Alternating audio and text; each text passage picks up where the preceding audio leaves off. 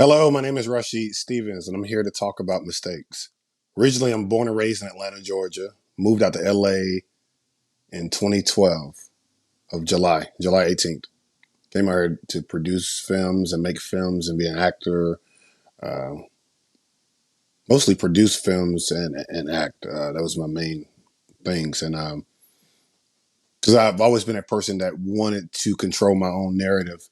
So upon moving here, I kept going out for auditions and roles and doing jobs here and there that didn't benefit my uh, creative endeavors, or I kept going out for roles that I just didn't connect with. So I wanted to create my own. So I started what I call my own self education course of teaching myself how to write. And at this particular time, I think it was 2015. I wrote this was my second screenplay, my second feature film screenplay I had ever written, and I was ready to star in it and write it and produce it. We had did some pre-production for, I think we were in pre-production for maybe a month and a half. It's a very small budget. It's a film titled Induced Defect. It's on Amazon Prime and Tubi TV right now. But anyway, it's a small micro budget, and I had a director on. He dropped out, and now we're like 3-4 weeks so out to production. I get another director on board to direct it. And I'm very prepared as a producer. And as an actor, I got everything prepped. Prior to this, I had never done any directing at all. And we're 8 days away from pre-production. And my director had an anxiety attack. Didn't believe that he could execute what he needed to execute. And again, this is my first time really taking over the ship as far as like anchoring everything as a producer. So I'm trying to figure out what the hell I'm going to do because I already spent money on all the props and some of the locations that we were going to use. And because we were limited budget, we only had a limited amount of time and spaces to block out some of those sound stages that we were going to use on that we used in the movie. So I'm panicking. I'm like, what am I going to do? I remember I got me some chamomile tea and I went on a long 2-mile walk and I said, you know what? Only person that knows this story better than anybody in the world right now is me. I never directed before. So I just started watching movies, looking at camera angles. I'm like, okay, I've been on set enough as an actor. I've heard some of the stuff that some of the directors said before, like, or I've seen some of the shots being taken, or as an actor, I knew this was a close up, this was a medium close up, this was a ECU. So I knew some of the terminologies and I knew that a lot of times people try to inflict their fear inside you. I've been a good deflector my whole life, so I saw that out. A lot of my colleagues or constituents, whatever you want to call them, a lot of them definitely tried to discourage me from directing a movie and told me I should find somebody more experienced. But my whole philosophy, my ideology is you can't get experience until you get experience. So you have to do. I'm like, I have to do it. There's no way to get experience until I do it.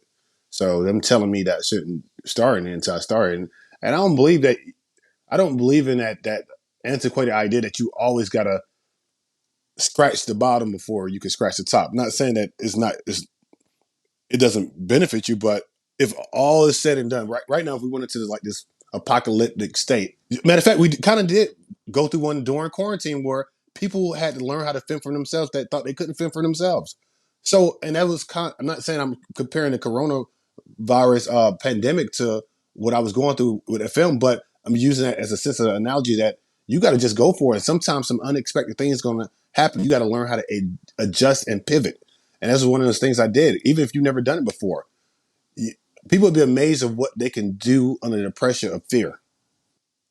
I've never shied away from anything, especially something that uh, um, had an association with love for me or I loved. So when it came to that, whether a family member, if I was fearful of that person that was enticing or threatening my family member, no matter what, I was willing to take on that fight. I was willing to defeat fear.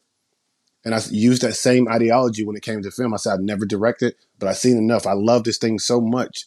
I'm not willing to let one of my loved ones die and me not do anything. So I jumped into that driver's seat and I got on set the first day. I had no fucking idea what I was doing. No idea, but with the guidance of my DP and by the grace of God, and my confidence started to grow. By day two, I was saying, put the camera here, put the camera here, here, here, here. By the fifth day, I thought I was Terrence Malick.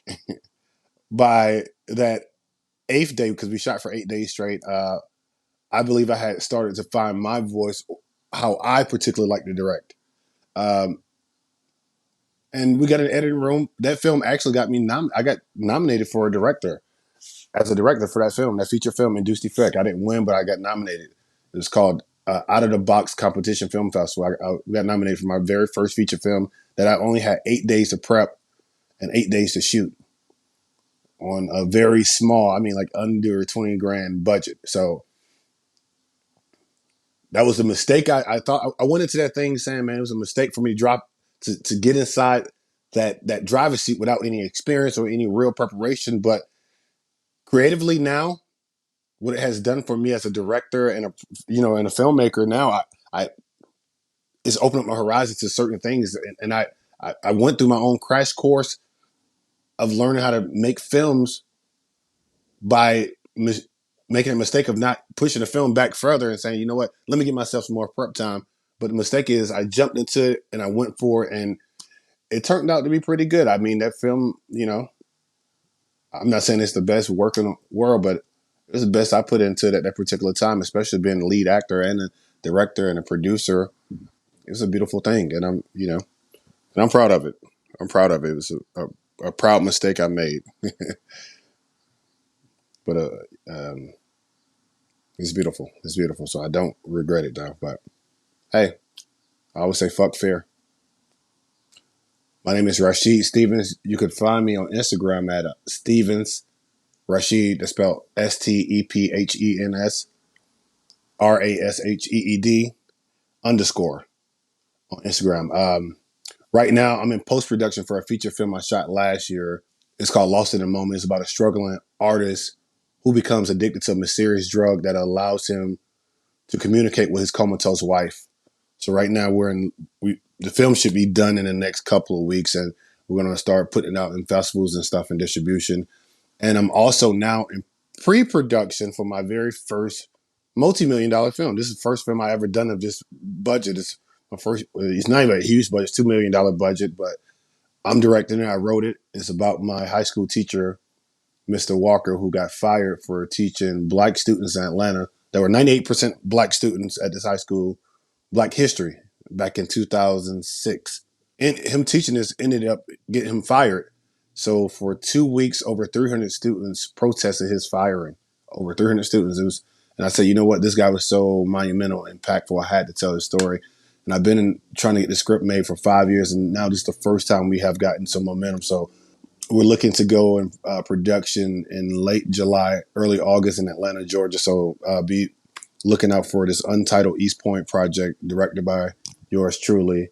And feel free to check out some of my other movies I did. I did a movie called Between Forever that's on Peacock, and it's on Amazon. Um, yeah, and if you type my Rasheed Stevenson on Amazon, I think about 90% of my movies will pop up, so you get to see some of my work. Thank you guys for your time and for your ears.